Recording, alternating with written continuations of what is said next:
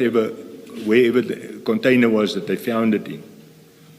It was all put out nicely to take photos on the ground, and then it arrived back in my office, still in those same bags, not sealed in evidence bags, like it should have been done. It should have been processed by the proper people for DNA, for touch DNA, for fingerprints, all that. These arrived by me just back in those same bags that were seized in. It was completely wrong. So being aware of those irregularities, and you've mentioned at least 5 of them, you still obey the instruction? That's correct. But then it was an unlawful instruction. I won't say it was unlawful, but the fact that there was a lot of red flags. And the 2 senior, this general and the brigadier, was happy with it.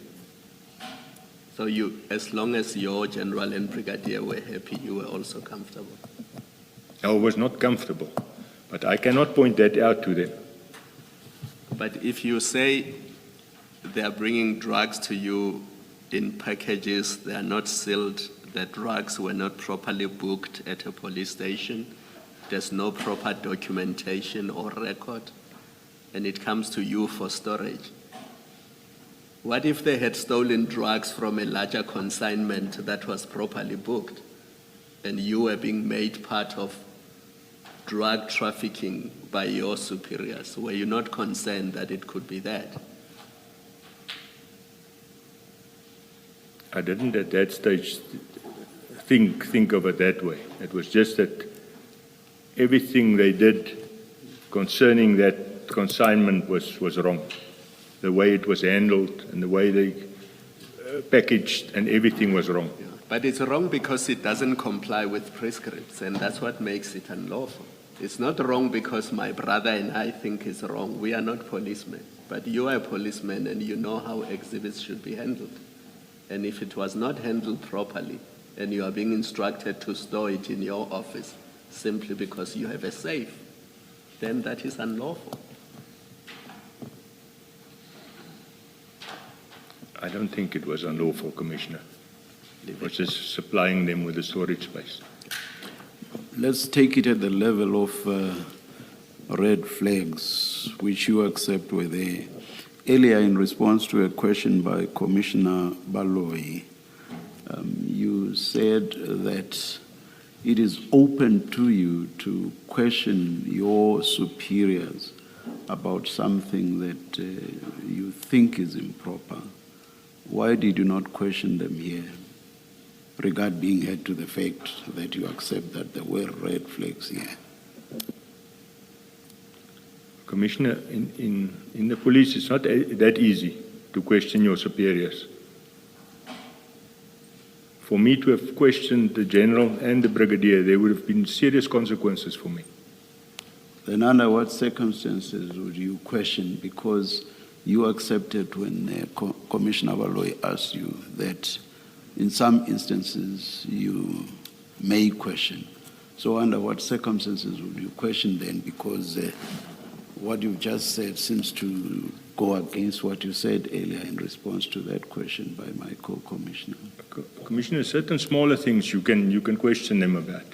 Something as serious as this. Tell them they were at that scene where the stuff was seized. They obviously inspected it there and still arrived with the members there. Still, they didn't give them guidance there on the scene on how to do these, how to package the drugs, how to transport it, to take him on and to take him on there in front of the people. There would have been serious consequences for me. Colonel, there's a difference in being defiant, defying an instruction, and asking questions or raising concerns, maybe raising concerns. And the suggestion is not that you should have been defiant. The suggestion or what is being put to you is you are confronted with this situation which clearly breaks every rule that you know about of handling exhibits, including the security implications of keeping these drugs here. Granted, at that time, you didn't know that these were going to be there for months. You didn't know that on that day one. But you are keeping this huge consignment where you don't have security at all. It's difficult to understand that you did not raise that at the time without being defiant about it, but raise the concern. And still be told, no, we will keep it here. You know, we hear your concern, but we'll keep it here. But you don't at all. And you rely on historical correspondence that, well, they know from, you know, the last correspondence that we don't have security when in the moment where you're being asked to store a huge amount of cocaine with huge value, you don't say at that point, maybe we should go, should you not be thinking about another police station? Or give me security tomorrow or tonight. I would like to have more people who are going to be watching this. That you did not do that is difficult to understand. I accept what you say, Commissioner. Thank you. Thank you, Mrs. Can I just follow on what the commissioners are asking, perhaps?